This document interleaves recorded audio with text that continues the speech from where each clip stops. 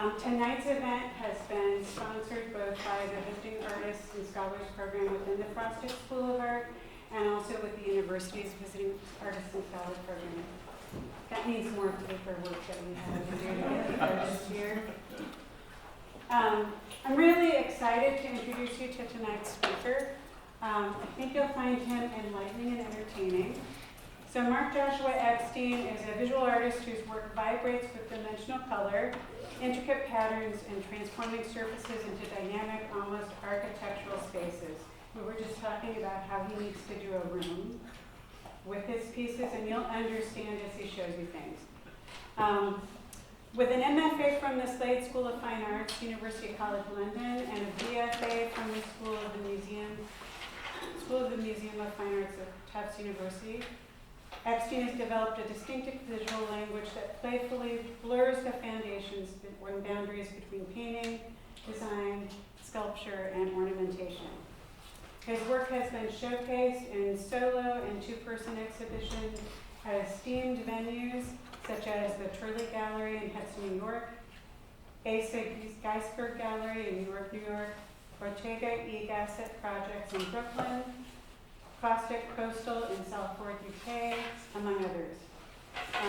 He's got a huge resume, so I'm just hitting some of the highlights. And he's a good person to talk to and ask about things you can do to get yourself and your work out in the world. He's got an expansive group exhibition history that includes spaces like Geary Contemporary in Millerton, New York, Gaw Gallery in Provincetown, Massachusetts, and the Des Moines Arts Center in Des Moines, Iowa. His ability to command space with bold color and rhythmic compositions has also earned him residencies at prestigious programs, including the British School at Rome, McDowell Artist Colony, Golden Foundation for the Arts, and the Fine Arts Work Center in Provincetown. Epstein's work has been featured in Hypoallergic, White Wall, New American Paintings, Art Maze Magazine, and more, reflecting his growing influence in contemporary painting. He is currently a 24-25 artist in residence at the Sharp Valentis Studio Program in Brooklyn, where he came from to talk to us. And he continues to push the boundaries of painting, abstraction, and spatial interplay. So help me introduce Mark Joshua Epstein.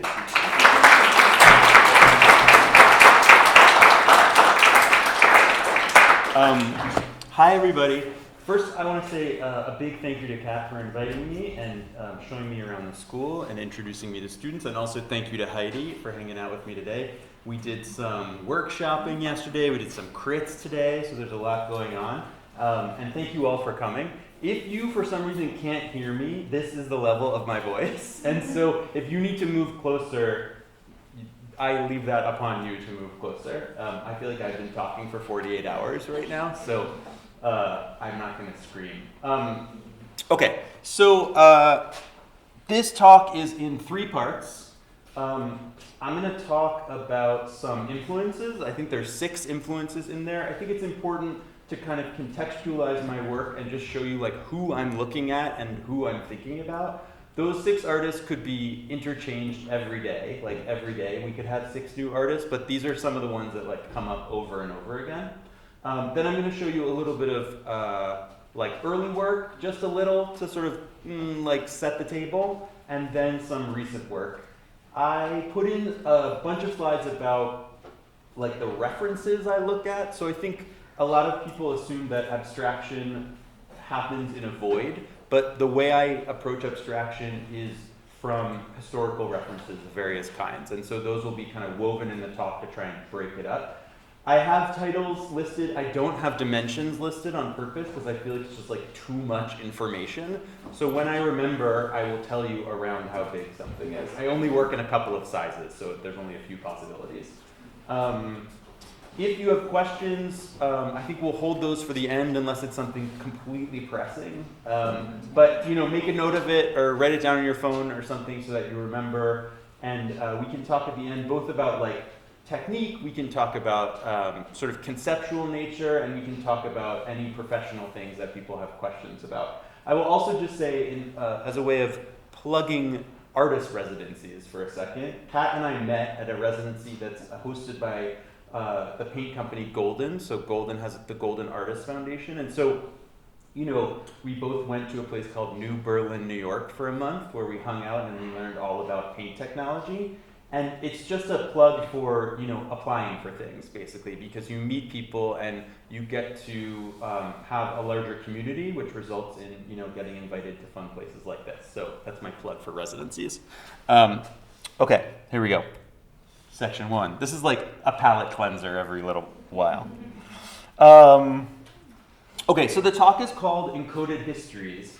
I'm really interested in abstraction that sort of has embedded within it people's cultural and identity signifiers. That is the most interesting kind of abstraction to me. And of course, like, it's most important that I feel visually kind of drawn to something, so I need to be sort of visually seduced, but it's extra interesting when there is more information kind of under the surface. And I think with work like that, and hopefully with my work, you can appreciate it kind of as a visual object, and then with some information, it kind of enriches the experience. So this is a painting from 1915 by Marsden Hartley. This is in the collection of the Whitney Museum of American Art in New York. And this is called painting number 5. Sometimes it's called German officer painting number 5. Marsden Hartley was American, but he was hanging out in Berlin in Germany before the First World War. And he was kind of entranced by the pageantry of the German-Prussian military. And he, I don't think he would have used this language, but now we would identify him as queer. And he fell in love with an officer in the Prussian army who was killed in battle. And so Hartley made, and it's very unclear in the historical records, like, what happened? We don't know what happened. But Marsden Hartley was in love with this guy, the guy died. Okay, so Hartley made these sort of memorial portraits and couldn't just memorialize this person with a likeness of him because this was a queer relationship or a queer kind of infatuation.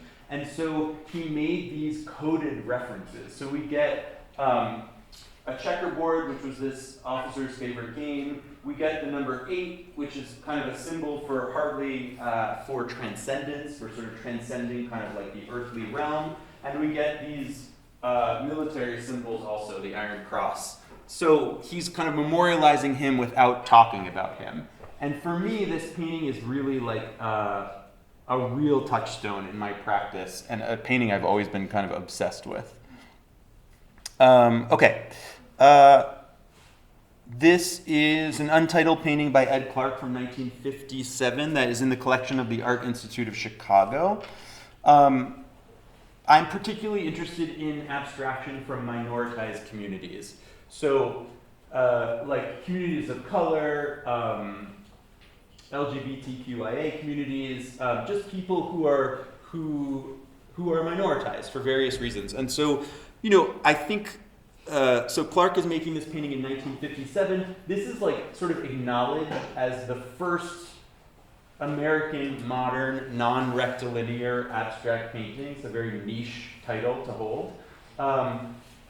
But I love this idea of kind of pushing these boundaries. And also, I think if we contextualize this in 1957, we think about the 60s and 70s as the dawn of the civil rights era and then the civil rights era.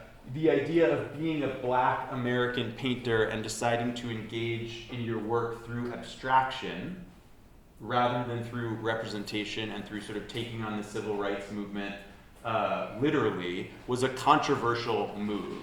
And I think about this in my own work a lot, this kind of pressure to sort of exhibit queerness, or this pressure to make queerness or Jewishness, which is also a big part of my life, to make those visible in my work. And I think about artists who've pushed up against that.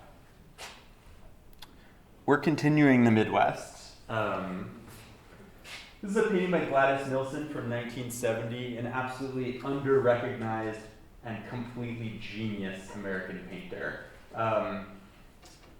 Getting Back to Beautiful Women, I think, is also an amazing title. But what interests me about this painting specifically is that she's laying down this almost geometric structural background and then playing around with these elongated kind of creatures and figures on top of it. And so we get a sort of lyricalness in the foreground and a kind of orthodoxy in the background.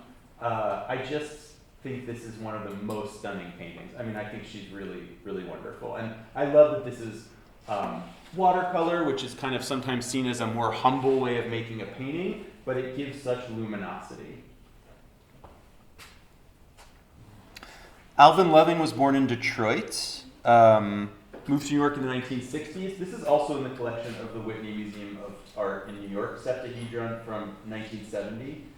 As a side note, I used to work as a museum educator in the Whitney Museum's galleries, and I would often bring around groups of students ranging from like college students to kindergartners, and I took a group of second graders around once, and this painting's pretty big, but not this big, but it's beautifully matte surface, pristine. And this dad from the group just palmed this painting. And I always think about that. So Al Loving also, so he's making this in 1970. He's really getting pushback from artists like Romare Bearden, who is a Black American artist who's making work specifically about the civil rights movement, figurative work about the civil rights movement.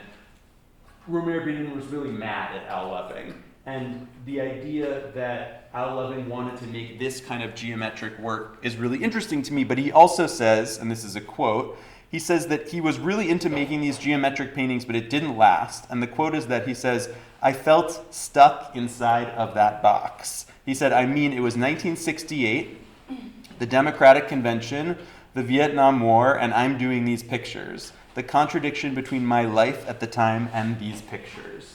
So this was a brief part of his career. He kept making abstraction, but not this kind of intensely geometric abstraction.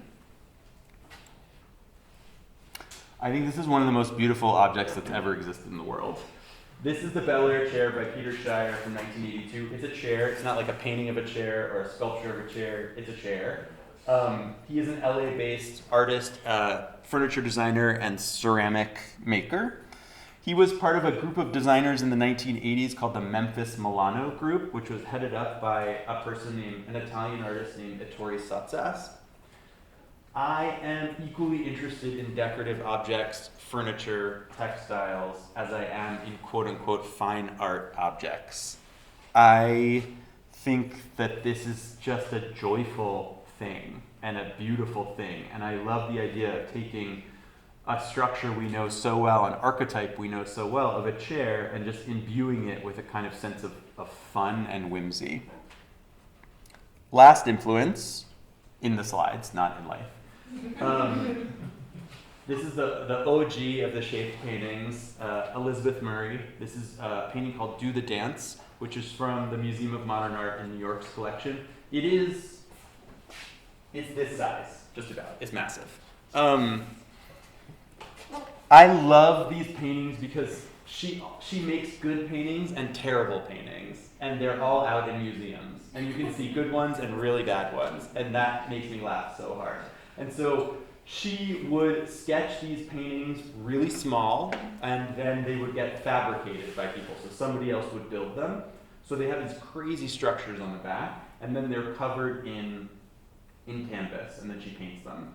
And what interests me about this painting in particular is that she is able to make this work as a thing. She gets handed this structure, and she just has to make it into a painting, basically.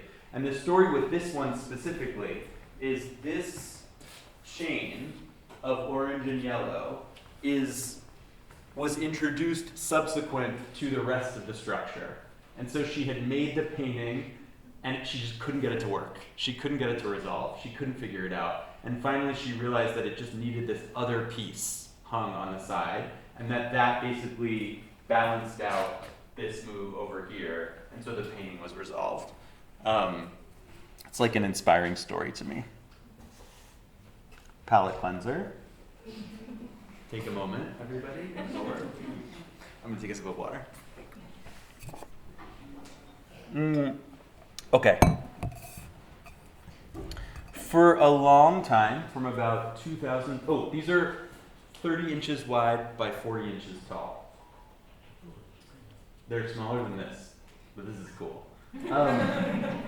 For a long time, so I went to graduate school in London and then moved to New York in like 2007, 2008, and I didn't know anybody because I hadn't gone to graduate school. Heidi and I were just talking about this.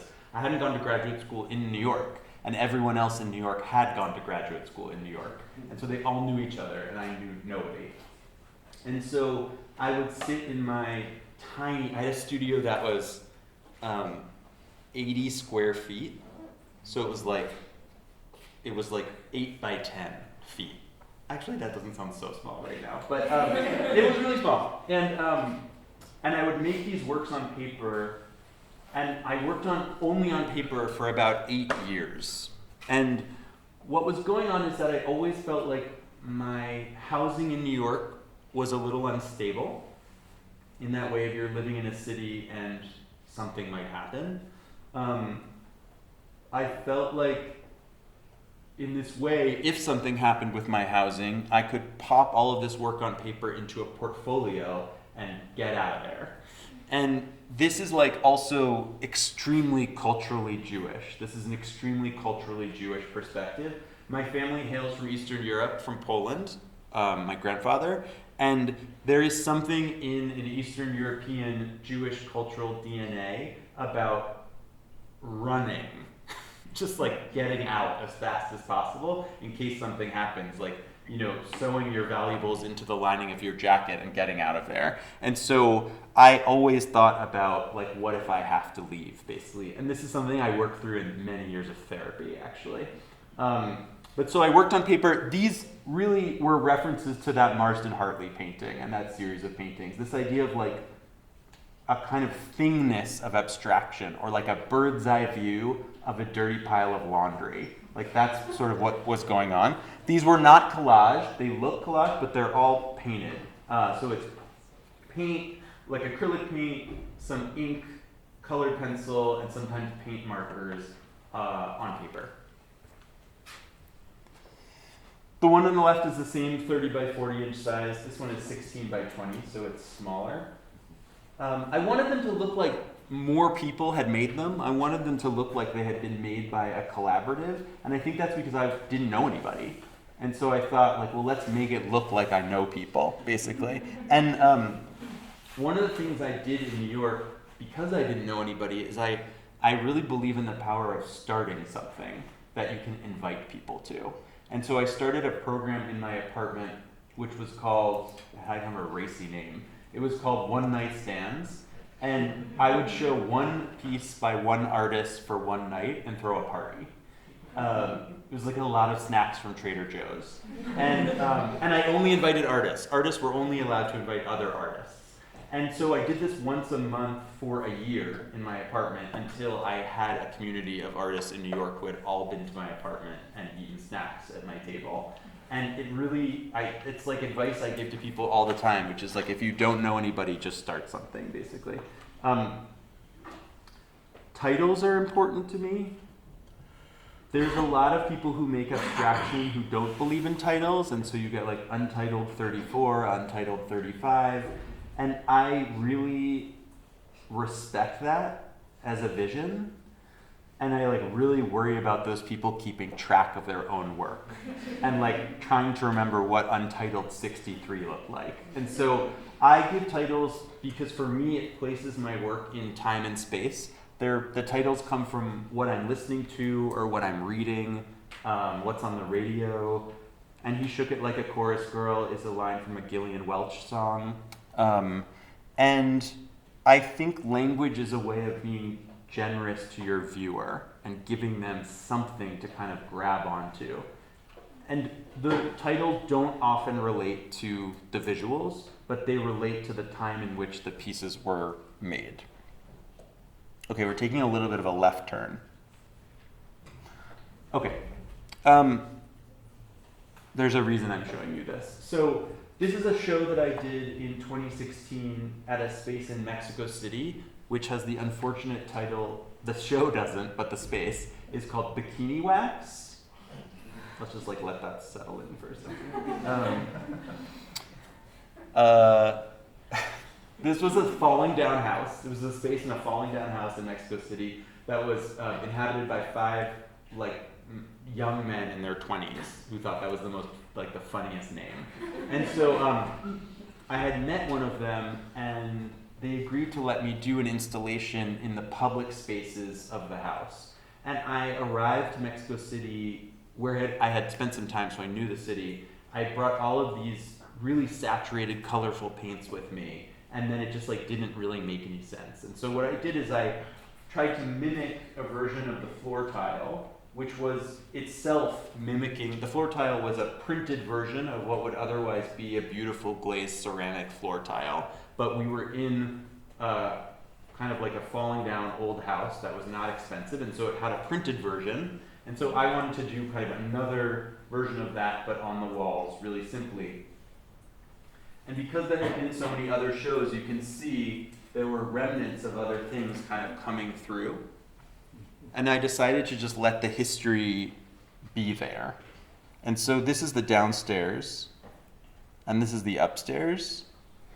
And this was the first time for me in my own practice that I was able, this is so nerdy, but I was able to see patterns turn corners in a physical way and not in a perspectival, like flattened way that we know how to draw in 1 and 2 point perspective. So I was like up against these kind of plastery, falling apart walls, and then I would back up and just see what I thought was a really dramatic thing where things would turn corners. And for me, this was the key to kind of starting to make three-dimensional paintings, was just seeing what would happen if my work kind of inhabited a space. I, as you could tell, am not a tall person, and so like I just want you to picture me, it was New Year's 2016, going into 2016, I was alone in this house. No. One of the men must have been there because I had help. So I was standing up here with a broomstick, like a turned around broomstick with a paintbrush taped to it, and someone was like holding my belt loops so that I could paint the top. And I feel like that is the devotion it takes sometimes to be an artist. This has long been since painted over. So I wanted to make three-dimensional paintings. I really believe in painters knowing how to use a woodshop, and I do know how to use a woodshop, but I don't want to use a woodshop. And I wanted to figure out a way to make three-dimensional paintings that wasn't around machinery. Like, I wanted to just be able to do it without like having to go to a place with the things that you needed. So I just figured out this way of using insulation foam. So this is foam you can get at Lowe's that is often inside our walls, comes in blue, sometimes pink also. This is an epoxy clay called Magic Sculpt that has come up a few times today actually. And Magic Sculpt, if you've never used it, is called a clay, but it's really a plastic product. And it's a two-parter, and you mix it together, and then you basically have a clay that you can use without a kiln. And so I would build these shapes out of the foam and then cover them in this epoxy clay. And I would run it through a hand crank pasta machine to get like sheets of this epoxy clay so that I could lay it over. And I think part of the attraction was it was a really vulnerable material that I was suddenly making into an extremely durable material. And so this is how I worked for a while. This is what they looked like before they were painted, so that's just a primed version. This is only 16 inches tall. So these works were really small because a pasta machine is small, and this was like an amazingly inefficient way of making paintings. So you can see like these kind of wrinkles. So the surface wouldn't be perfect because you'd be like smushing it in to the foam. And so that gave me an uneven surface, which for me is sort of a gift. Like the idea that a surface isn't perfect and thus a painting can never be perfect feels like a hug from my work. These are also about 16 inches, 18 inches tall. These are tiny. Third wheels on first dates. This sounds like a joke, but I tried to fix up two very close friends of mine, and they tried to have me come on their first date. Anyway, their relationship did not work out. I was priming these. Okay, so I'm like deeply interested in materiality and materials, right? And so I wanted to come up with a way of priming these, of gessoing these, so that I could keep using everything I had used on paper on these. And so all of these companies, like Blick and Utrecht and Golden and Lascaux, everyone makes their own gesso, and it's just called gesso. But they all act differently.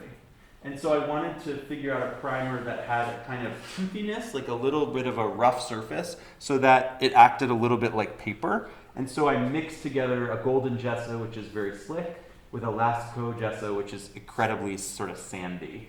And then I was able to start using everything I had used on paper, and just kind of experiment.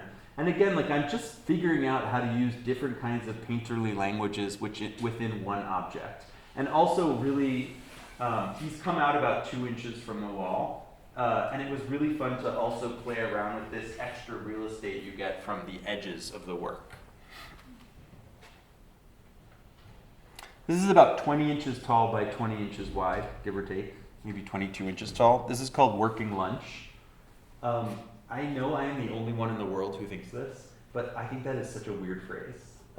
Like the idea that we have to work through lunch is just like, oh God, what have we done to ourselves? You can see in these works that I'm incorporating like a physical frame.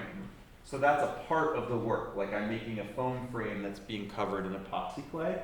And that was a reaction to the fact that when I was working on paper, when you work on paper and you show your work on paper, there's often pressure to frame those works on paper. And it was always a question early in my career of who was paying for that frame. And so one of the reasons I started making, or another reason I started making shaped works is because I didn't want to pay for framing anymore. So I would kind of incorporate these frames as a reference to that. This body of work culminated in this installation. So this is at the Des Moines Art Center in Iowa, in a show, a group show in 2019. And it's a wall painting that I made, and then 4 discrete paintings. And this was a show called Queer Abstraction, curated by a curator named Jared Ledesma. And this show gave me language about my own work that I hadn't had previously. This is a curator who just got in touch out of the blue and emailed and said, I'd like to come do a studio visit with you in New York. I didn't live in New York. I lived in Ann Arbor, Michigan. But I didn't want him to know that. And so I went to New York and borrowed a studio space from friends of mine and borrowed back all of the work that was like lent to friends in the city. Like I just like ran around the city for a whole day, but they were pretty small, so it wasn't so hard. And I like faked a studio visit. No, I faked a studio. We had a studio visit. So I faked a studio. And this guy, and I've told this story before, but I love it. This guy shows up, Jared Ledesma, and I had never heard the phrase queer abstraction. I had never used the phrase queer abstraction. I had never thought of the phrase queer abstraction. But he showed up and told me that he was curating an exhibition with queer identifying artists who were making abstraction, who were using that as their strategy, who were kind of denying or refusing to put figures in their work. And he had this printed out PowerPoint presentation. Like for some reason he didn't have his laptop. It was in 2019, a very long time ago. But he had printed out a PowerPoint. It was so cute. And he flipped through it, and every page was like a hero of mine. It was the painter Carrie Moyer, and the painter Sheila Pepe, and just like Elijah Berger, all these people I'm obsessed with. And then the 7th page was me. It was Mark Joshua Epstein. And I was like, what's going on? And he said, like I told you in the email, I'm curating you into the show. And I was like, all you said in the email was that you want to do a studio visit. Anyway, so he put me amongst all of these heroes of mine who had made this very impactful decision to kind of not use the imagery that maybe the world assumed they would use as queer artists. There's a side note, and this is a whole different talk about how this is an anti-capitalist stance. And very quickly, I'll just say, when a museum does a show of black artists or a show of queer artists or even a show of women artists, there's pressure that those artworks in that show have those readable kind of markers of identity, right? And that's often how those shows get funding. And so to be an artist from a minoritized community who decides to not do that is a moment, because you're not going to get collected by the same people. You're not going to get seen by the same people. You're putting yourself in a really kind of slippery category. Okay, we're going to go a little bit faster because of time. This is a palette cleanser. Take a moment. I think it's important. Okay, let's talk about references in the current work. I grew up in the Maryland suburbs of Washington, D.C., a place I can't endorse to anybody, but very suburban. But my parents were both from Long Island, and my grandfather and some of his nephews had a furniture store on Long Island. You can see it, 311 Hempstead Turnpike in West Hempstead, called Wayside Bedding. This is actually from the New York Times archive. I found these ads. And we would go up to New York from Maryland for Jewish holidays to hang out, and we would visit this store, and I was like 7 or 8 or 9 years old, and I would kind of prance around this store, which was filled with objects that looked like this, which is kind of literally where all my work comes from. And so everything had curved corners. Everything was covered in the most beautiful plastic laminate. It was absolute heaven to me. And it was also a signal to me that another world existed outside of my kind of boring suburban life. That someone somewhere needed to have a pink side table or a pink dresser, and that person surely must be living an incredibly exciting life. And so this really imprinted on me. And I started thinking about this stuff a lot in the early days of the pandemic because that grandfather died right before the pandemic. His name was Michael Green. And I started thinking about what else from my kind of family history might be useful for my work. And before I was sort of inventing patterns or grabbing patterns from textiles, I wanted to start thinking about patterns that might have a cultural resonance for me. And I happened upon this object. So this is a 19th century object. It's very small in real life. It's a paper cut. So everything that you see that's black, that's negative space showing through. Those are spaces that have been cut out. And this was a really traditional form of artistry in Eastern Europe, in Jewish communities before the Second World War.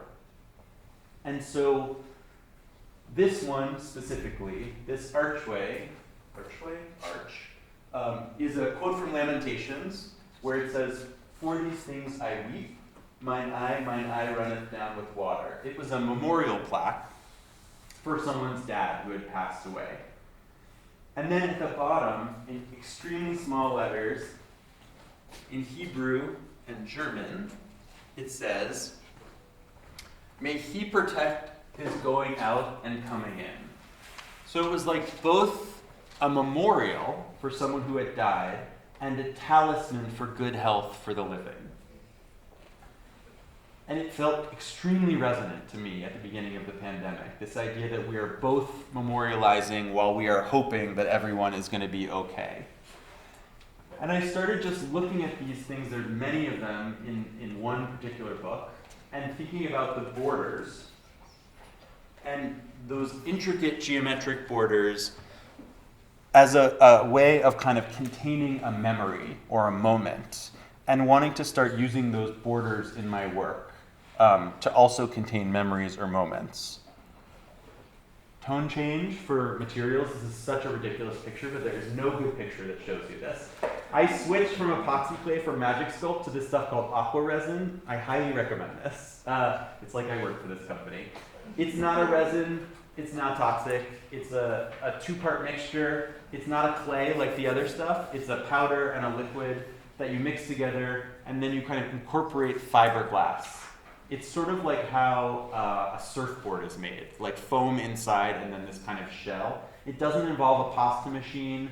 It's just much easier to make than the epoxy clay I was using. And this, of course, is like, this just doesn't like pop into my head. This is the result of like a week or two of like deep diving in the internet. And so this was the first experiment that I made with this stuff. So this is the stuff over there, foam inside, wrapped in aqua resin and fiberglass, in an old studio. And this is just like the kind of messing around I did on it. And this is, you know, my hand tells you this is hand size, basically.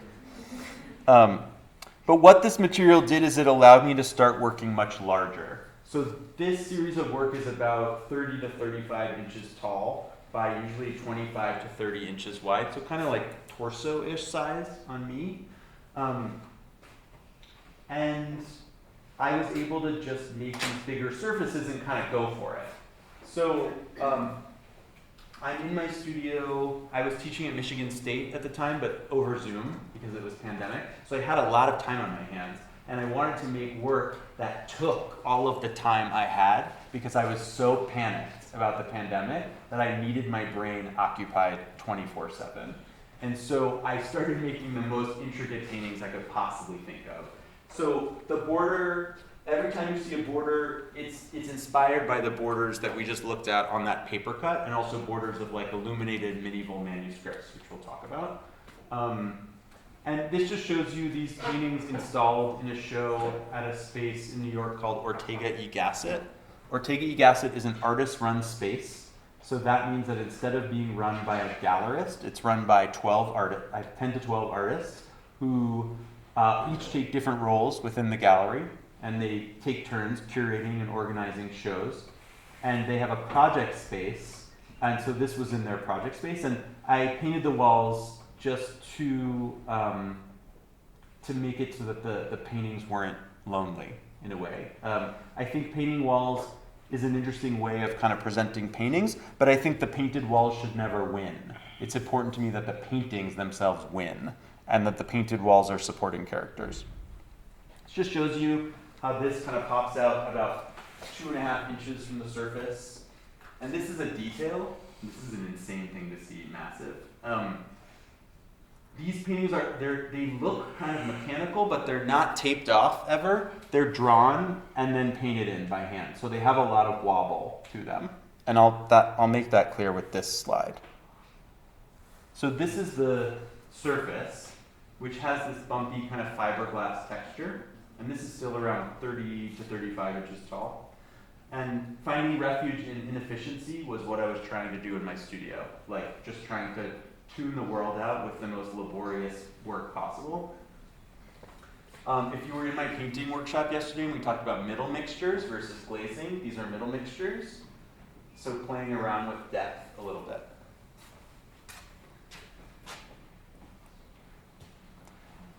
This painting takes on that border from that paper cut. And we'll talk about it and then I'll show them side by side. Again, this is 32 inches tall by about 28 inches wide.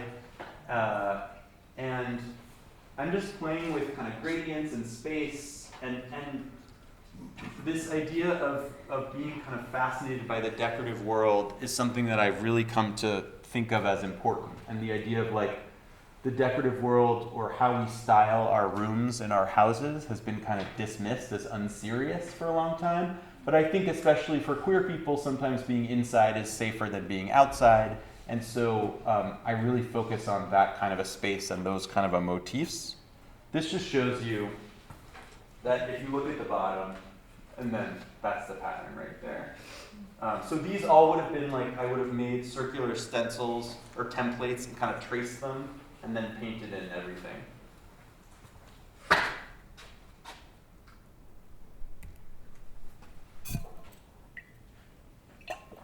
This is a bigger painting. This is 4 feet tall by 3 feet wide. And this is called Awake and Alert, but with the curtains closed.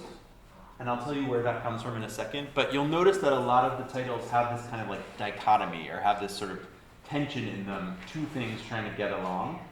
So this is from a radio, like a radio program about when the United States Army pulled out of Kabul in Afghanistan, and that the next morning the people who lived there were kind of awake and alert, but keeping their curtains closed because they were scared. And I think that's a really interesting image. And I'm not making a painting about the US's withdrawal from Afghanistan, but I feel like that piece of language is kind of metaphorical in a lot of ways. And this is just a close-up, so you can see that even in these spaces that are dark green, there's a really activated brushwork. I really believe that the more labor you show, the more effort you show comes through to a viewer. This painting is based on a shape of an Italian-Jewish wedding contract. So when religious Jews get married, when they got married in the past, sometimes when they still get married, they sign something called a ketubah, which is a contract. And I had the chance to spend a few months in Rome a couple of summers ago at the British School at Rome, and I got to basically rifle through the archive of the Jewish community of Rome. And the shape of this marriage contract with its point is specific to Italy. And usually in this country, they're just squares or rectangles. And so that space was kind of interesting to me, and kind of ended up abstracted in the painting and the shape. Okay, as we weave in references, this is a magazine that was published between 1998 and 2004 called Nest magazine that was die cut. So the shape of the magazine, this is the actual shape of the pages. And as I was, becoming an adult, leaving Rockville, Maryland, going to Boston for art school, this magazine was like the thing I would save up my money to buy, even though it was only $12.50. It felt very expensive then. And this was similar to my grandfather's furniture store, a portal to another world. It was a design magazine, an art magazine, and it just showed like these other ways of living in the world. And also I was fascinated by the way they had to account for the shapes. Like you have this rectilinear photograph and then you have to deal with the border somehow. And so that scalloped edge became the basis for a group of paintings for a show I did in 2023 in New York. And this is again 30 inches tall by 27 inches wide, something like that, around that. The border is based on a lot of things. It's based on the border from a paper cut. It's also based on the side curls that Orthodox Jewish men wear, which are called payas or payot. I think it also looks like an old telephone cord, and also DNA, so there's like a lot happening. But that scalloped edge that came from the magazine also shows up in medieval manuscripts. So this is old, I should say, all kinds of old manuscripts. So this is a 13th century manuscript, digitized by the Bodleian Library at Oxford. And I just think it's totally wild that in 2002 you get the scalloped edge, but also in 1280 you get the scalloped edge. And I feel like the reference is to both of those. These are works from that show in 2023, again with that scalloped edge. So really, at this point I was really thinking about how to make kind of a language of shapes for the supports, for the paintings themselves. And these orange parts pop out about an inch. They're very physical and kind of muscular paintings. They feel like husky is the only way I can say it. Like they come from the husky section, if that's still a thing. Slowly at first, and then all of a sudden. People often ask me if my paintings are planned out beforehand, and they aren't. And I really wish they were, but they aren't. And this is a great example because under this dark blue passage that seems so serene and so resolute and like it was always there, are 7 other things that happened. 7 other layers that I tried out. And I am a big believer in playing around with Procreate and Photoshop and throwing things in and trying to sort them out digitally if I can't solve them in real life. And this one just like wouldn't solve like that. And so I kept trying things out over and over again. And I found that extremely frustrating at the time. But I think for me, if the paintings were planned out beforehand, I would be wildly bored in my studio. So I often spend like a couple of months in the spring and summer fabricating the panels for the year. And then by the time I get around to making a painting on these panels, makes me sound like such a fool, but I'm sort of like, who made this panel? Like, how do I deal with these shapes? Who came up with this? And it acts as kind of a found object. And then I have to deal with this found object. And for me, it ends up being a really thrilling way of working. The title, Slowly at First and Then All of a Sudden, is both the way people fall in love and the way people go bankrupt. Which is the same thing. Okay. Last one from that show, and then I'll show you them installed. Because I'm interested in kind of like decor and textiles and all that stuff, I'm also interested in the tools of home decor and like all the funny weird like texture rollers and things you can buy. And so like this speckle is one such texture roller, just to play around with what might happen. We have a border that has some middle mixtures, so I'm playing around with values. And then this is like, sometimes a painting needs like a really big brush stroke, a kind of physicality to counter all of the more intricate patterning that's happening. This is the paintings installed, so you can kind of see the scale.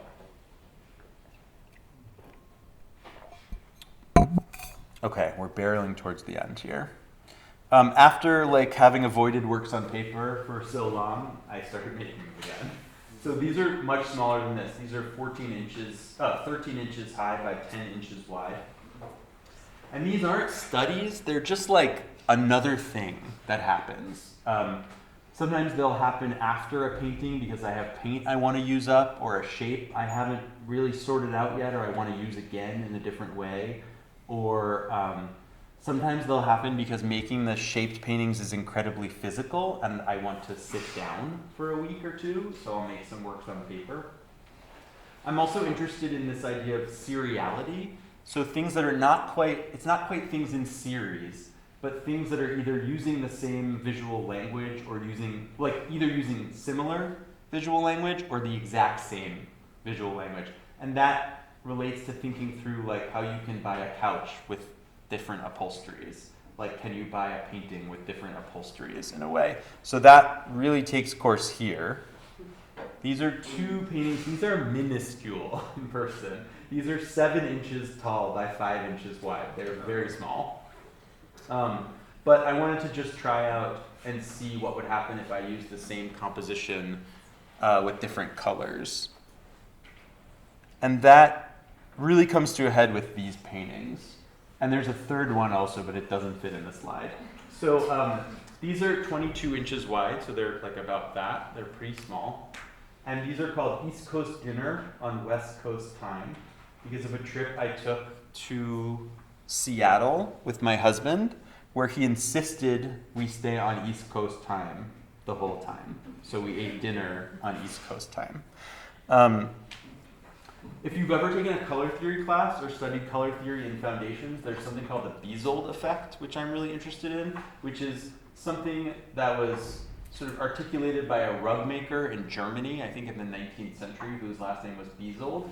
And he basically figured out that you could switch out one color from a scheme and a rug would look totally new when you made it with a different color. And the same thing, he also figured out that if you just altered the proportions of colors, something would look totally new. So these are two paintings that are the same painting with the same color scheme in different proportions. I know. It actually made me feel crazy. It's basically a purple, an orange red, and an aqua. And I just wanted to see what would happen if I put them in different places in different proportions. And it was, sometimes in my studio I have to do experiments to figure things out, and I'm not going to do it again necessarily, but it was really useful information because I think sometimes, I think it's important to try and eke out all of the possibilities you can from an artwork. Like everything you can squeeze out of an artwork or a series of artworks, do it, rather than moving on to the next idea very quickly. This is also just about seriality. These are two very related works on paper that are, again, 13 inches tall by 10 inches wide. And this is as much like me sitting in the studio thinking, you know, what would it mean to make two pieces that are very related in different color palettes, but with this very similar trapezoidal pattern in the middle. And often I'm just asking questions, and then a painting will try and answer a question. Okay, we've talked about a lot of highbrow references. I'm going to show you kind of a lowbrow reference. This is a burger place called Bun's Burgers. Or maybe it's called Bun Burgers. I think it's called Bun's Burgers. It's in Milan, in Italy. That makes me sound incredibly fancy, but it's like a really cheap fast food place. There are around 6 of them around the city. Designed by a Spanish firm called Más que Espacio, more than space, Más que Espacio. And I kind of have never been to a more beautiful interior than this burger place. Like the iridescence, the circles, the grid, the arches, the everything. It just felt like my paintings had become a burger place. And so I made it a mission when I was in Milan to eat at as many of these branches of this burger place as humanly possible because they all look different. And I also reached out to the designers, Más que Espacio. That was very fun. Anyway, so I made this painting called Burgers for Breakfast because I had to go to so many of them, and I didn't just want to like sit there, so I had to eat burgers for breakfast to like make it like not weird that I was in these burger places. But I show you this just because I think, like, for me, I have a real appreciation of kind of history and my own culture and all of these signifiers, but I am also absolutely like tickled by a really cool burger place. And I think both of those things I'm deeply serious about in equal measure. Like, I think it's very possible to be incredibly serious about something so stupid. And I think that for me, that propels me in the studio and helps me take myself less seriously. All right, we have about 4 more slides. This is brand new work. The beginning of new beginnings. This is 30 inches by 30 inches. This is an election painting where I was feeling like incredibly optimistic, which is why it's called The Beginning of New Beginnings. It's actually titled after a radio program about the clothing company The Gap and how they were rebranding for like the umpteenth time, and it was the beginning of new beginnings. It like makes me a little sad to think about how optimistic I was, but here we are. And the twin of that painting is called Swingers in Swing States, which I thought was like a really funny title, and now I think is so sad. These paintings are also about 30 by 30. This is an important painting for me. This is just a side view. This is an important painting for me. This is the first one with a cutout, like a physical cutout. So that idea of the paper cuts, negative space, taking away, starts to be apparent in my panel works. And the last one I'll show you, and then I'll show you an install, is this one. So this is within the realm, it says within, but within the realm of the possible. And the white space you're seeing is physical negative space. So that's the wall that you're seeing through the painting. This is, again, around 28, 30 inches tall. So it's pretty mid-sized.